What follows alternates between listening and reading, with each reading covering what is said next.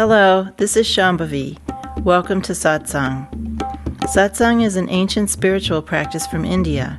It means being in reality together. I give Satsang live every Wednesday and Sunday night in Portland, Maine. This Dharma talk was recorded during one of our Wednesday night gatherings. Please visit jayakula.org to learn more about the teachings. You can find video satsangs on Jayakula's YouTube channel, and my books are all available on Amazon.com. Much love to you, wherever and however you are.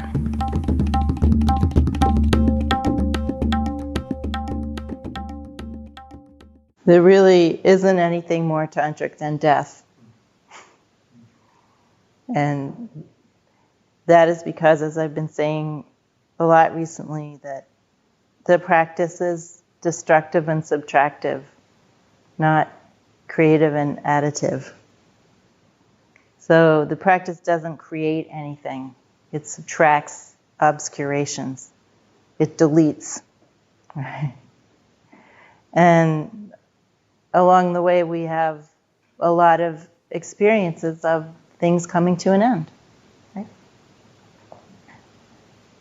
If we're fundamentally trying to maintain everything in some steady state because we're used to it, not because it's necessarily good for us or the best choice, but many people just want to maintain things. They don't even care how horrible it is. They can be in the worst job where they just feel terrible every day when they go to their job, or some relationship where they're really being unhappy, and yet they do their darndest to maintain those things out of a sense of fear of the unknown. That is antithetical to, or very unuseful attitude toward life if you want to self-realize. So you have to be willing to let things drift off, crash and burn, be taken away from you. You have to be willing to let go of all of your ideas about everything, just about. And be surprised by the things that you lose, the things that are destroyed, the things that are subtracted during this process. Right? So in this practice, we experience many, many, many kinds of deaths and endings. All the things that we're so attached to and that we care about so much, in the forms of practice that we have. You know, our life practices, our eating practices, our relationship practices, our sexual practices, our day-to-day rhythms, the things that we're trying to get or trying to avoid. All of these things will change. They'll over time, maybe not for all of you in this lifetime, but certainly over time, you will experience radical transformation in your desire, in the form of your desire for lots of different things. Right? And that transformation won't happen because anything new has been created. It will happen through the process of bound patterns of energy and awareness for those things that are binding you to be destroyed. That's the process. And so in order to really go full on into this practice, we have to have a kind of appreciation for destruction. And that appreciation is really personified in some of the deities of the tradition, like Kali and Bhairava. These very fierce. The tantric version of Tara is also very fierce. Chinnamasta, the form of Shakti that you see without a head, and she's holding her head in her hand, and blood is coming out of her neck, and she's drinking her own blood. So these forms of especially the Devis, the Shaktis, are speaking to us about that destructive process. They're speaking to us about a kind of no holds barred come what may, is really the attitude that gets us deeper into this kind of a practice. If we think of this practice in terms of dark and light, then we have to go into a kind of a darkness where darkness means two different things. Darkness means seeing things that feel dark to us about ourselves, and discovering things that about ourselves, about the ways in which we're caught in patterns that we don't have much control over. So that's one kind of darkness. But the other kind of darkness is called shunya. And shunya means basically the absence of self-concept. It's an experience of emptiness that is very, very important and happens at different points. It can happen in very small ways, but it can also happen in very dramatic and big ways. So for instance, something changes. You lose some kind of self-concept that you had, or some concept about other, or some concept about spirituality, or you lose a desire that was very strong. For instance, all of my life I had, up until the last 10 years, I had a very strong self-concept as a writer. I had a lot of desire and self-concept wrapped up into this persona of the writer. And it just went away. I didn't try to make it go away. It just went away. I still write, but I just don't have any concept about it anymore. I'm just doing it. So when those kind of things dissolve under the force of these new patterns that we're establishing in our practice, we feel destabilized. And we feel like the ground is moving underneath us. And we feel a moment of shunya, a moment of something has been destroyed and the new isn't quite clear yet. And there's that feeling of emptiness and a sort of groundlessness and a bit of destabilization. And then it can happen in a bigger way. So those little moments happen a lot when we're making what Rudy called vertical change. Vertical change means some concepts are really dropping away. Karma is really unwinding. Horizontal change means we're just changing the words that come out of our mouth, but we're still in the same condition, basically. So, for instance, the way that Rudy described one form of horizontal change that might be difficult to recognize is that when you start to, or if you have developed some kind of extension of your senses, so it looks to other people as if you have certain spiritual powers. But you can have that happen simply through a very hardcore sort of tightened pursuit of those powers. And you can learn how to manipulate energy in a very aggressive, ambitious, attached way. That is a horizontal change. That's not a vertical change. Vertical change always means letting go of that kind of ambition and aggression in some way or another. So in those moments when we're making big vertical change, when big things are falling away, when indeed we may even just see the empty, as they say in the Buddhist traditions, empty nature of our concept of reality. We see that our concept of reality doesn't really apply, right? It was something that we learned over lifetimes. Then, you can have an experience of your whole world kind of crumbling and a big experience of emptiness. But as Ma says, and this is a real experience for anyone who pursues this path for a while, death must die. We only have that experience of death when we are still identifying with impermanence. We only have a sense of loss and of things dying when we are identified with being these little individual beings. Okay? So the very experience that is identified as very, very spiritually elevated, this experience of shunya, is actually based on not being very spiritually advanced. Because in order to feel that your life is falling apart, or that you have no ground under your feet, or that to feel a sense of loss and grief over some cherished notion of yourself that's gone by the wayside, you have to still be identifying heavily with this little individualistic experience. It's kind of a funny catch-22, if anyone even still knows what that means. Yeah, paradox. It's a paradox. So Anandamayi says, death must die. What does she mean by that? She means that once everything crumbles, once you have these experiences of so-called darkness, then what do you find in that darkness? You find the eternal light.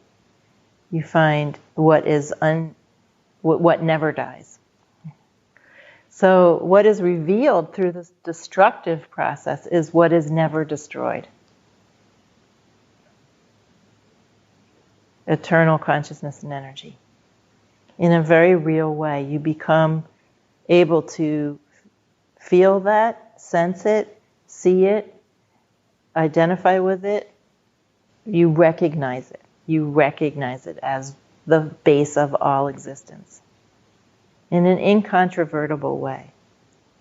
But you can only do that when you've given up or lost some of the self-concept that you're holding on to. So you have to do a lot of dying in order to discover the eternal. You don't have to literally die, but that helps sometimes too. I was just talking with Sada today about a teaching that I received many times when I was studying Ayurveda, that sometimes death is actually the karmic resolution. As healers, we want to help people to thrive and live, but then sometimes they're not supposed to live because the process of unwinding karma demands that they actually not be in that form anymore. And I've had this experience with people a couple of times. So when we have all of these instances of death and destruction that we have as we're practicing, of subtraction, then we come to recognize and understand that what we really are is the thing that cannot be subtracted from. And at that point we realize that nothing was ever lost. No one was ever lost. No things were ever lost. Nothing was ever lost. It's the perfect analogy is waves in the ocean. When a wave goes through its cycle and then dies down, we don't mourn the wave. We understand that the wave is still there, right? Nothing has really happened. Just a form has come and gone. And if we were not so identified with that individual experience of being a wave, if we were actually identified with being the ocean, we would experience the coming and going of that wave as of just a part of our own larger life cycle. Right? So this is what we're doing through this destructive, subtractive process. These many kinds of death that we experience along the way is we're discovering that we really were the ocean all along. And there was really nothing that was ever lost. But the thing that I want to impress on you is that the experience of the eternal, the recognition of the eternal, is not an idea. Everybody keeps going around talking about oneness. Not everybody, but the kind of people I hang out with. Talk a lot about oneness. But I think that a large number of people who do that are only doing that in a conceptual way. It's sort of an idea. And there's a danger in that. Well, not a real danger, but just it's a delay. If you hold spiritual concepts that you haven't really investigated, then you kind of stop with the concept. The concept is comforting, right? It's comforting to think, oh, we're all one. But the truth of the matter is that there is total continuity and that the base of this reality is eternal. And you can discover that for yourself. So if we just hold concepts about things, they just get in our way. And this gets back to the idea of we have to be intrepid. We have to walk off into the unknown. We have to actually explore, and we have to be ruthless with ourselves, that we are not just mouthing spiritual concepts or accepting things on just because somebody said so or you read it in a book. Because it is your birthright to discover these things for real. So you shouldn't cheat yourselves by settling for anything less than no holds barred exploration and questioning and seeing what is actually here. No concept of spirituality or concept of reality will ever be fulfilling. It's just like a little sweet that you're sucking on for a little bit of time. But you could have much more than that. So Ma says death must die. Our shunya is a transition, it's a temporary thing. And then we discover the light, and I mean literally light, because one of the easiest ways to encounter this alive, aware reality is through the experience of subtle light, which when you do enough practice and your inner eyes start to open, you can see with your own eyes. And you can experience and relate to, and some of you maybe already do that. That's why it's called light. It's not called light because it's New Agey. Light precedes New Aginess. Came before. In my Dzogchen tradition, it's called the clear mother light. And in this tradition, it's called Prakasha Kaya, meaning the body of light. It's actually coming out of everywhere. So you have to go into the darkness to find this. It's actually shining in the darkness. And you can see it actually more in darkness in some circumstances. So it's kind of interesting, the play of light and dark, right? It's really beautiful. One of the first things when I don't know how I'm really bad at knowing when anything happened. But I think I was 15 anyway. I was really into this kind of therapy called Reichian therapy. And I had this pretty extraordinary therapist. It was kind of a Renaissance woman. She was literally Italian, so. And she taught me how to look up in the sky and see waves of energy. You can see this stuff. It's not airy-fairy. She taught me how to look, how to see more subtly. And when you start to open up to that kind of thing and do more practice and your eyes really open, you start to see more with the eyes of God, then the reality of the continuity of everything sinks in, and you can have a lot of confidence in it. Right? Even if you're feeling separate and you're only partially realized. From the perspective of having some accomplishment, there's nothing scary about death at all. There's nothing actually sad about it because nothing has really happened. No one has actually died. Right? The same one consciousness and energy is still there, shining in everything. There was a great episode of Star Trek, Next Generation, where Captain Picard asked Data if he will miss someone who has died. Data's a robot, an android. And he says, my data pathways will miss her data pathways.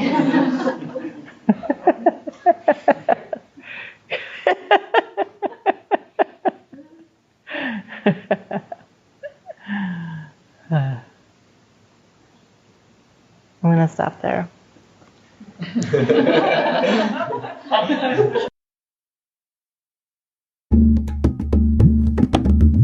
Jayakula is a nonprofit community offering opportunities to learn and practice in the direct realization traditions of Trika Shaivism and Dzogchen. We are based in Portland, Maine and Portland, Oregon.